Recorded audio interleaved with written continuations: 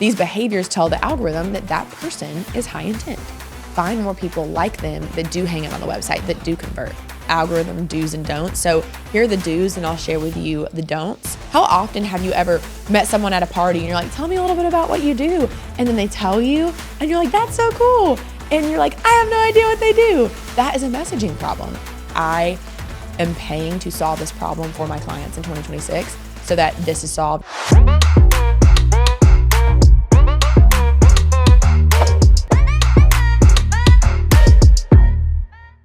If you've ever said the algorithm hates you, I have good news for you. This episode is for you.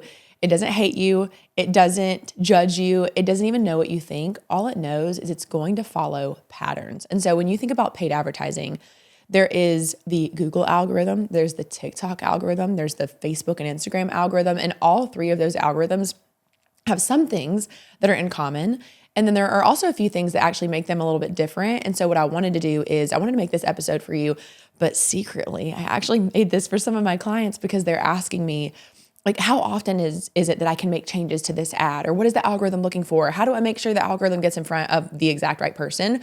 That is what this episode is for. So I'm actually pulling some information from what Google says about its algorithm, because obviously I'm not the algorithm, or else we would have, 20 million followers on Instagram. Okay. I understand this, but what I do know for sure is of everyone that I've met in this entrepreneur world, I would say something that I'm very grateful for is we have probably the lowest audience and yet some of the highest revenue.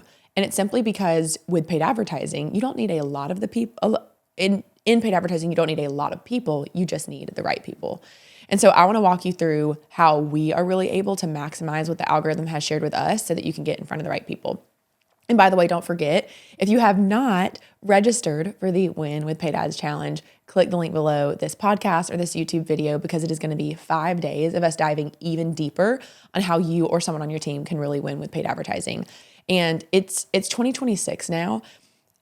It's pretty normal at this point for people to understand that paid advertising is a requirement in their business. Like if you are running a business and you're not at capacity, you should be running paid advertising, because all you're going to do is just wait and hope for a referral, hope someone finds you organically, when you can really maximize how the algorithm works and speed up your revenue and your profitability. And that's what we're going to talk about in the Win with Paid Ads Challenge. So click the link below and I'll see you there. It's going to be live. It's wonderful. All right, so let's get started on a few things when you think about the algorithm. So when you think about every ad platform out there, whether it's Google, TikTok, YouTube, they all operate on this one truth. And it's not that you are fighting the algorithm, you are training the algorithm. So if you are giving it bad signals, you are training it to be confused and not be able to know who you're talking to. In fact, this was actually really cool. I met this guy on Instagram, and he was in the NFL. He has these multiple YouTube channels and has over, I think 1.5 million subscribers. And so he and I met recently, and I was giving him some ads, ideas, and inspiration. He was giving me some organic inspiration. And he was like, even you, Ashley, on your organic YouTube, he's like, you could even be even more specific to train the algorithm better on who your target person is. And it's like, I'm so used to, if you think about it, I am so used to, as an advertising expert, saying, I know that I can target the right person with ads. With organic, it's like, I hope I am, but the more, with organic, it's like you have to be so specific with the words that you say, the content, yes. With ads, it's like, as long as I make sure the message is right, I know how to get it in front of the right people confidently. That's why organic has never been a huge priority for me. I do love with organic, and I love how organic and paid work so well, is oftentimes we'll post things organically. We'll see that it goes really well.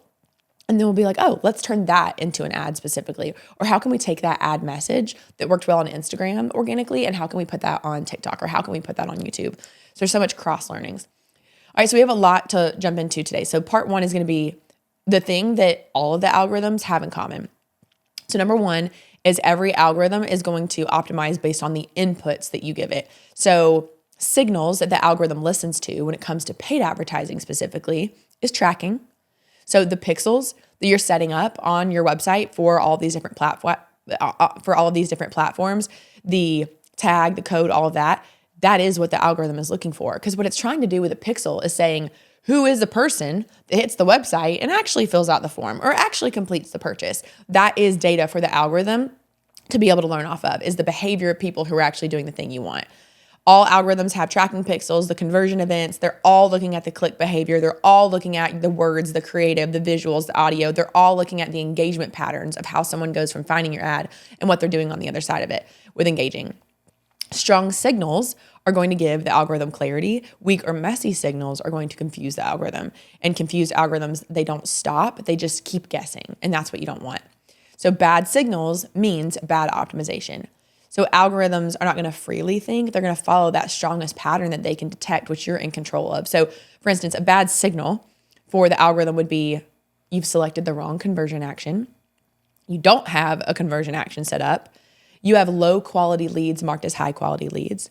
Spam or bot like actions are counting as conversions. You have duplicate events. Your tracking is a mess. That's why one of the first things we teach in our actual advertising training programs for our clients is how do we make certain beyond a shadow of a doubt that you have tracking set up.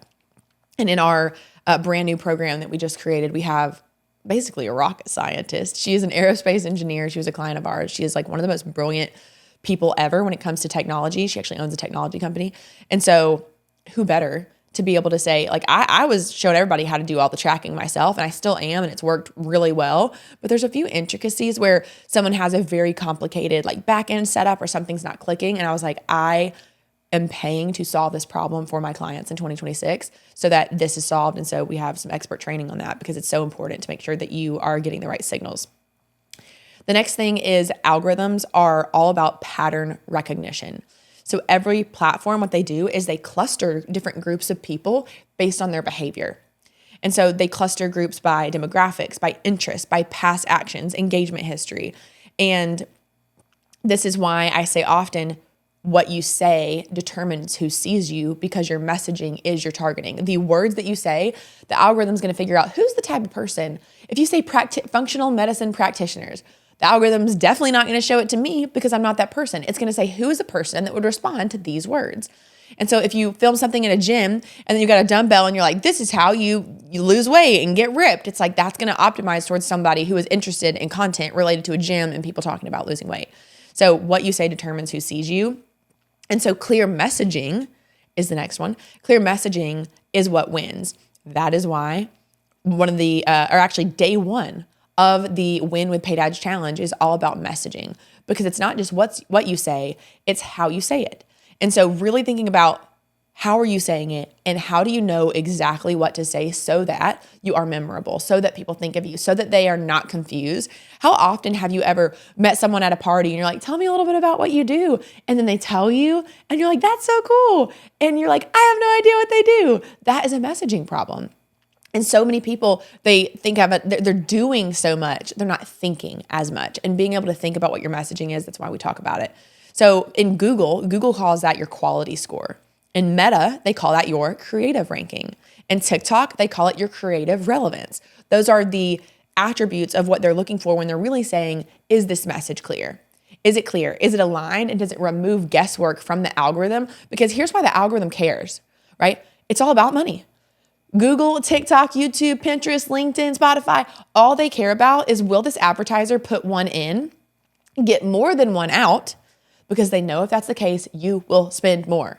And if you spend more, the algorithm wins because they get more of your money. They really are obsessing over giving you the person who's most likely to convert. And so your messaging clarity is really going to ensure that happens. Next, volume is oxygen. If you really think about that, that's probably why so many people fail with their ads. Volume is oxygen. What that means is if you're spending $5 a day relentlessly, getting 7 clicks, you are lacking volume. You are not giving the algorithm enough room or oxygen to literally breathe. One of the things that I had my coaching call yesterday, I was coaching from 9 to 5. I did have a lunch break built in, but I was coaching every single group in our whole company yesterday. Because I missed everybody from the break. And so I was back in, I was in full coaching mode. And one of the things that I had journaled yesterday morning was I was reflecting back on 2025 and why I feel like it resulted in the way that it did, like us blowing our goal out of the water and our clients blowing their goals out of the water. And it was because of risk. And I'm sure someone wrote this somewhere, but what came out of my brain was risk and how the riskiest thing you could do is to not risk anything. Because if you risk nothing, unless you, like the best way I can think about it, I think I wrote this down. It's like the riskiest thing of all would be gaining nothing because you risk nothing. And so I want some of y'all to think about how your $30 a month or $30 a week ad budget is absolutely risking nothing, and thus you're gaining nothing. So with the volume is oxygen, I just want you to ask, people ask me all the time, how much should they spend? And I say, what is the lifetime value of a customer? Like if we think about right now, me as a customer with our team who is here helping us record this video, the lifetime value, 6 figures, if not more, over the duration of our partnership. And yet someone who does videography wouldn't spend a couple $100s on an ad to gain a client that could pay back indefinitely. Like no matter what your business is, whether it's real estate, whether you sell equipment, whether you sell tractors, whether you're a therapist. I give this example for my husband with therapy. He's paid probably $30,000 in therapy. And I'm like, I wonder what that cost per lead was to acquire. Like it's so worth it. Volume is oxygen. Simply spend more sometimes and actually risk something so that you have the opportunity to gain everything.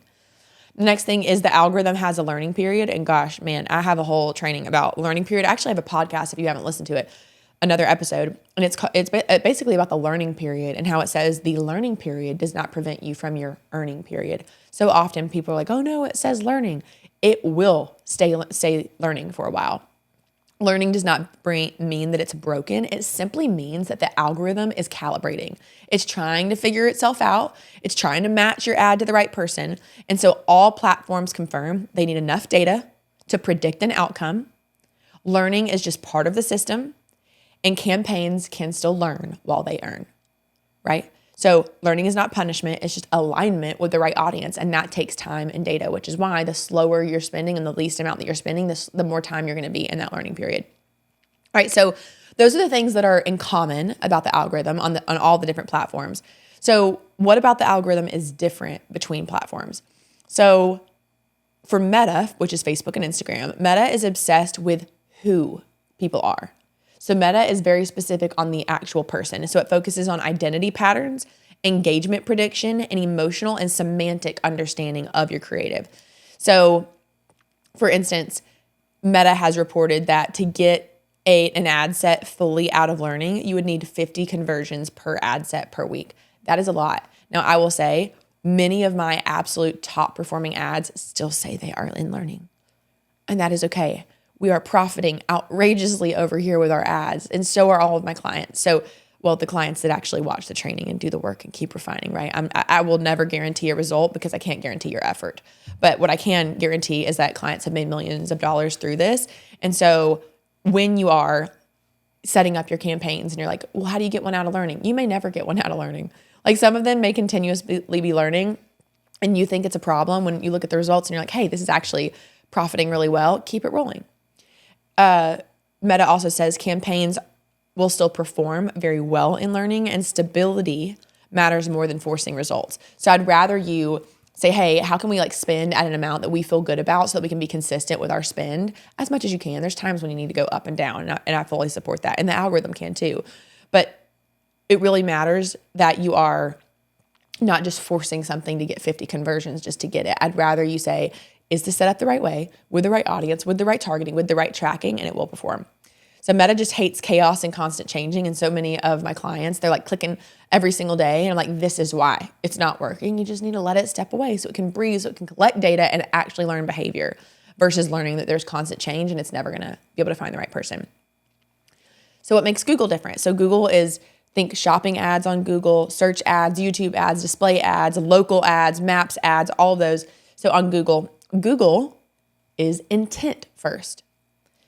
It is the number one most important thing when it comes to Google is what is the intent of the person and what is their action. So it cares most about their search intent, their in-market behavior, meaning what are they in the market for? What are they out literally in the marketplace searching for and looking for? Maybe it's a car, maybe it's a book, maybe it's training, maybe it's a podcast.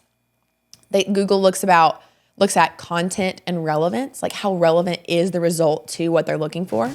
I just wanted to take one quick second and remind you that you are invited to the Win with Paid Ads Challenge. So it's 5 days and you learn the 5 most important things for you to be able to actually win with your ads in your business.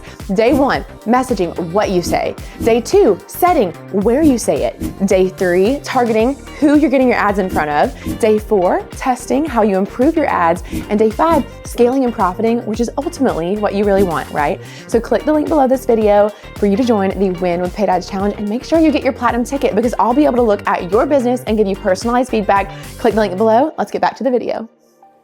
Google cares about auction time bidding. So really, with Google, imagine people sitting in an auction where everybody's holding up their little sticks and like $3, $2, $5. Google is an auction. Every single time you search on google.com, an auction is going on so quickly behind the scenes, saying who is willing to be in this auction, what are they willing to pay, and then Google is looking at the intent behind the person to match that creative with the best person. So for Google, smart bidding, so there's 2 ways you can pay your ads with Google. I don't want to get too nitty gritty. This is something we really dig into in our training is the difference between smart bidding and manual bidding. And the best way to describe it is manual bidding is where you're saying, I want to pay the same amount for everyone. Smart bidding is saying, I don't want to pay the same amount for everyone because not everyone has the same amount of intent.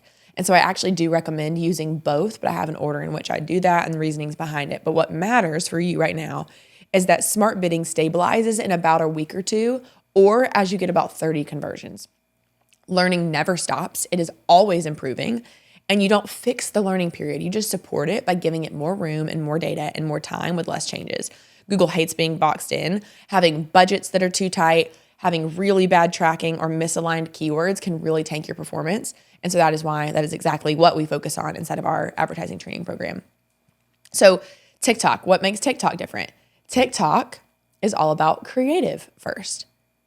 Okay? So creative is watch time, engagement, the classification of the content, and creative similarity clusters. Like it buckets different types of creative and says, ooh, this creative typically aligns best with this person.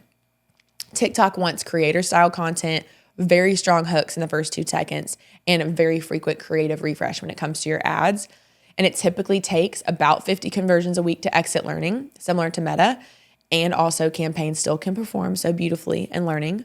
And creative fatigue, which is when you're running the same ad for too long, can kill results quickly. So on TikTok, the algorithm follows the content, not necessarily the advertiser. All right, so here's what the algorithms actually see. They see text, and with that text, they're interpreting the meaning, the content, the intent, the alignment with the landing pages. They see images and videos, so the objects, the faces, the emotion of people, the tone, the style. They also see post-click behavior. What happens on the other side? What's the bounce rate? How quickly are people hitting on that landing page and leaving? What's the watch time? What's the scroll depth? How long are they going? How many pages are they viewing? How many return visits? How many people are coming back to that same website? These behaviors tell the algorithm that that person is high intent.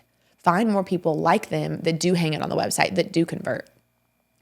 The other thing with the algorithm that is the case across all of them is that recency matters so much. So recent conversions and how the most recent people that took action on your website convert, it's looking at that more than old past data. So momentum actually compounds, and the more recent the data, that's really what the algorithm is going to focus on.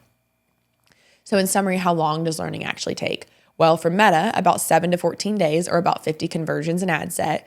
Google, 7 to 14 days with about 30 conversions. And then TikTok is about 50. I will say I'm in an ad account all day, every day, multiple ad accounts from people who spend $10 a day to people who spend $100,000 a day. And I'll tell you right now, I've seen ad accounts get out of learning with less than these minimums. It's typically just rarer. So you may be like, oh, Ashley, I know you said 30 conversions. Mine has 15 or mine has 7. Great. There will be instances where the algorithm's just really able to figure out your audience more quickly. These are the average thresholds that it needs to get enough data to actually be able to optimize. All right, last thing here when it comes to the algorithm is just a few algorithm do's and don'ts. So here are the do's, and I'll share with you the don'ts. So number 1, do choose one action that you want to optimize towards. Do make sure your tracking is clean and accurate. Do let the campaign breathe for a second. Right? Don't hover over its shoulder and tapping it, literally constantly trying to change things. Do test multiple creatives consistently. And then don't edit constantly. Use multiple different actions that you're optimizing towards. Starve, or what we say, choke the budgets. Mix warm and cold audiences, and expect that it's going to optimize instantly, or panic after 48 hours. I wrote that one in too. I just want you to be able to let your campaigns breathe and just trust that the algorithm wants your money. If you really think about that, that's the most relieving thing possible, that it wants so much of your money, because it just knows that all of these signals go into it helping you find the right person so that you can spend more on your ads so confidently and honestly, happily, because the algorithm is doing the work that it can for you. So remember, the algorithm is not out to get you. It's just responding to you, but it is out to get your money. And that's a really good thing for you. So when you clean up your signals, when you really care about the algorithm, it can show its care for you too, and find more people that you can buy from, or that can buy from you. So I hope that was helpful. I have another episode I'm really excited to talk to you about. And the next one is all about YouTube targeting. So if you've never done YouTube ads, this next one's for you. And don't forget, before you go, click the link below, get your ticket to the Win with Paid Ads Challenge. So go advertise your name, make it rain, and I'll see you on the next episode.